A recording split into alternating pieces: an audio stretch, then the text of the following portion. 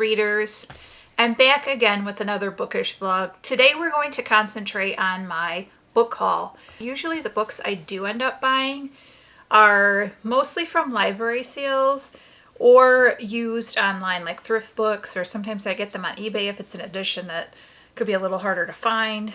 This time I actually bought some of them at a library book sale and then some of them on Book Outlet. I always like to pick up some kids' books. So here's what I picked out from Book Outlet. I got 3 of the Who Were series. I highly recommend them. Mid to upper elementary. I like them because they're short, but they give a lot of information. So I picked out E.B. White, Mr. Rogers, and Beatrix Potter.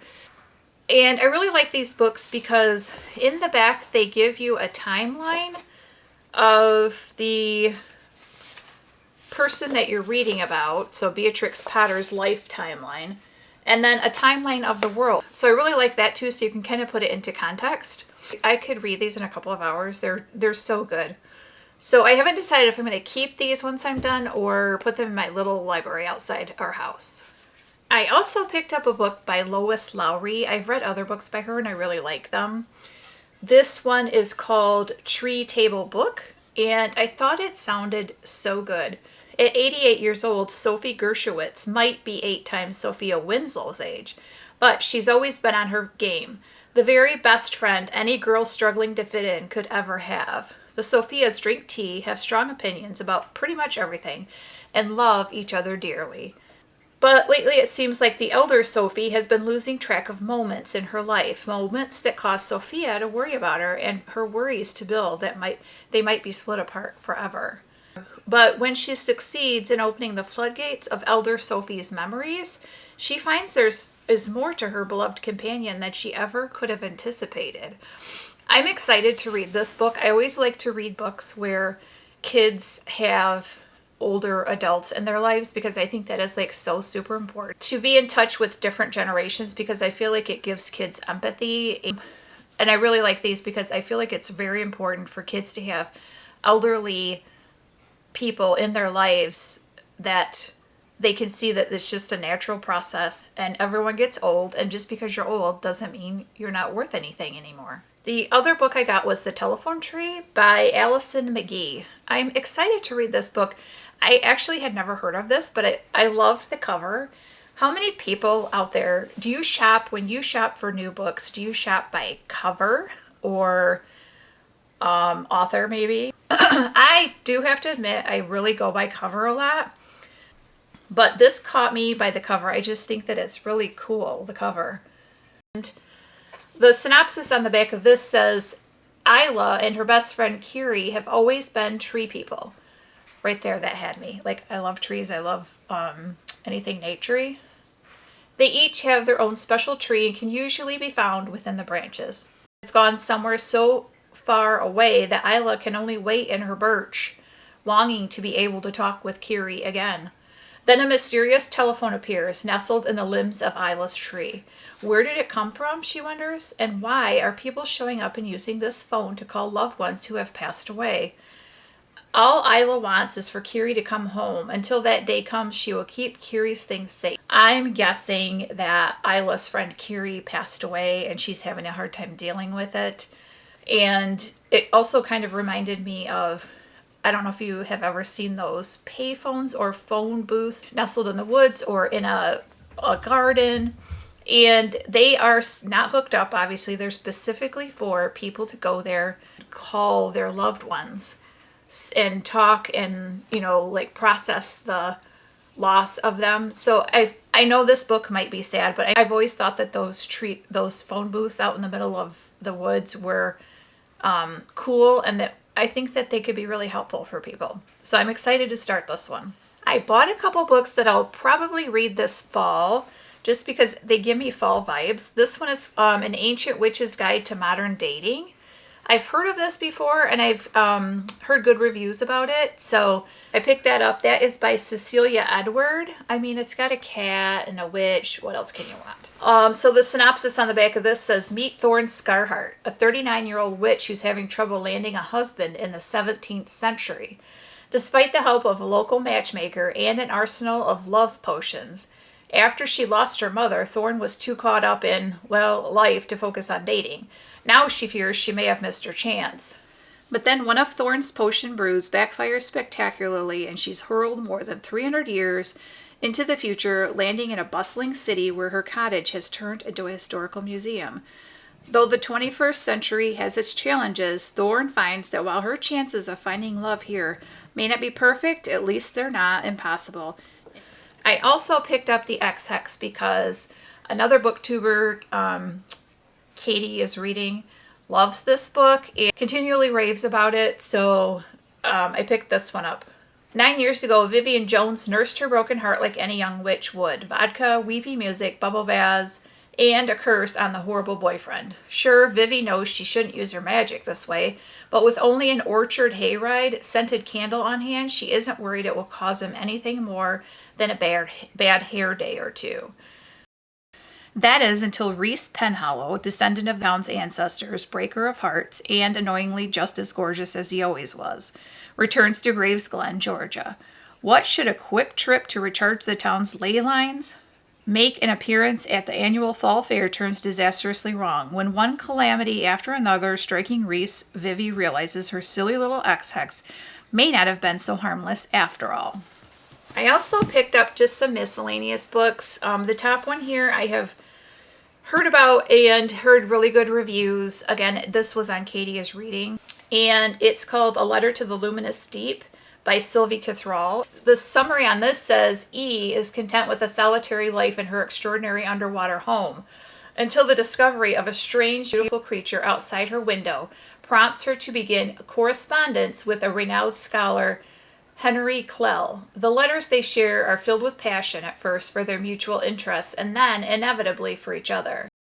But when a mysterious seaquake destroys E's home, she and Henry vanish. A year later, E's sister Sophie and Henry's brother Byron must piece together the letters, sketches, and field notes that left behind and learn what their siblings' disappearances might mean for the life as they know it.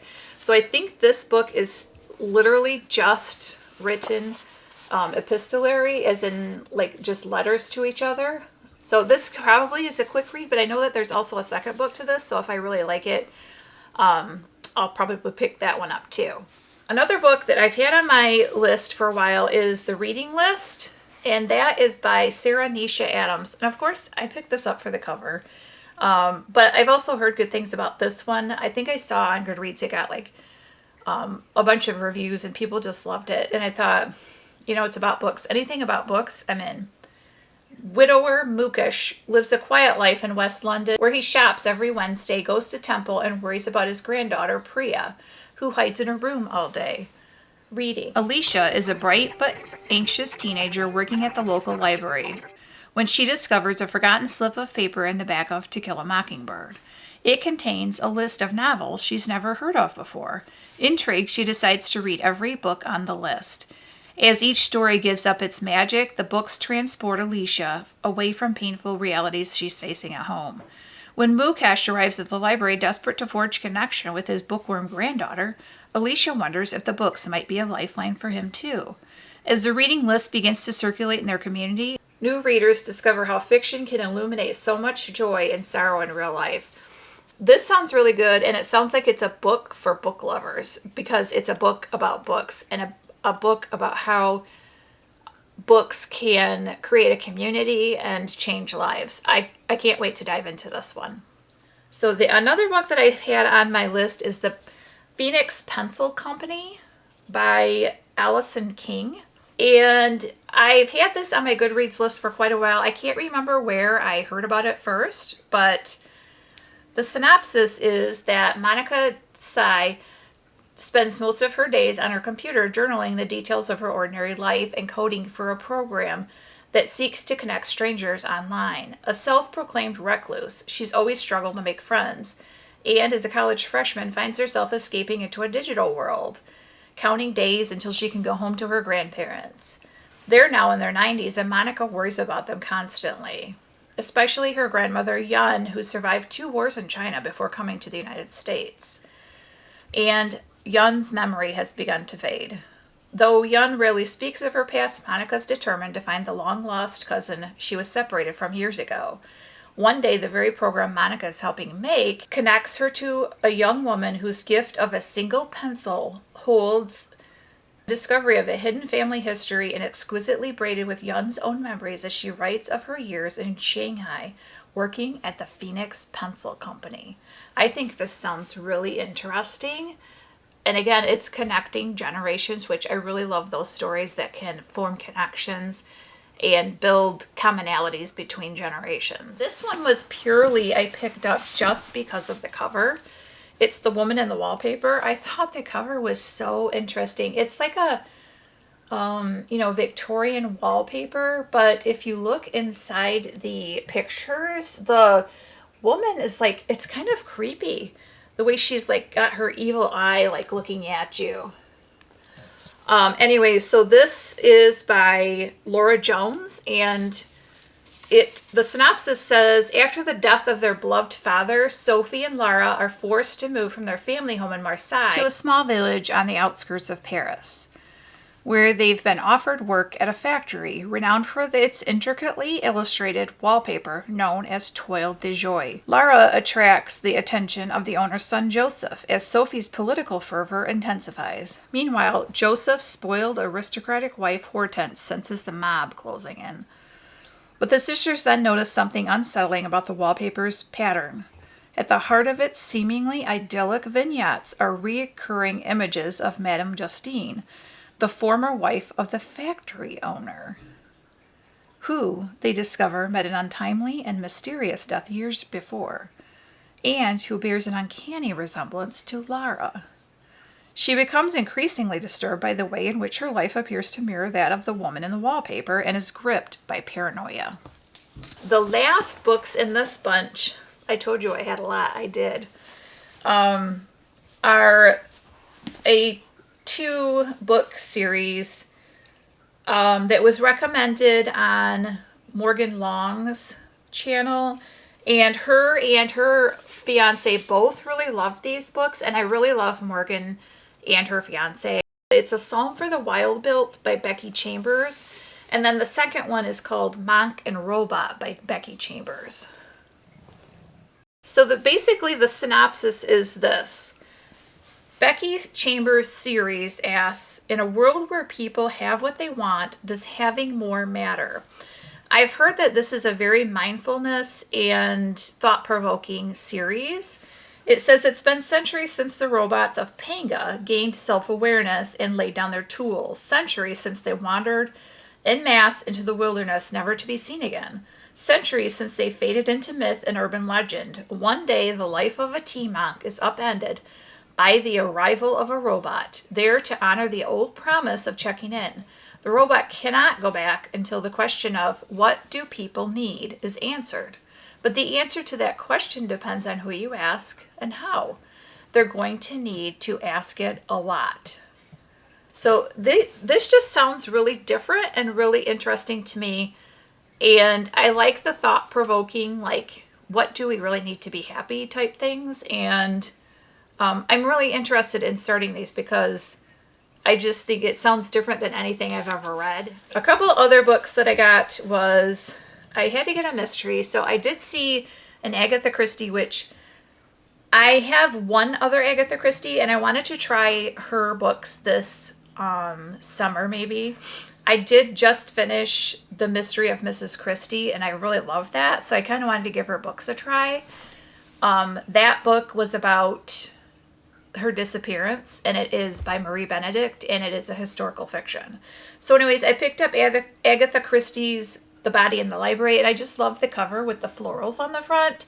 So we'll give that a try and see how I like those. Again, was a recommendation from Morgan Long, and it's called A Bit Much. It's Poems by Lindsay Rush. Is a poem that I think could apply to everyone. There was some in here that I thought could apply to my age group, which is over 50. But this one I think can apply to quite a different age group. Like, it can span age groups. And it's called Reassurances to Save for a Rainy Day.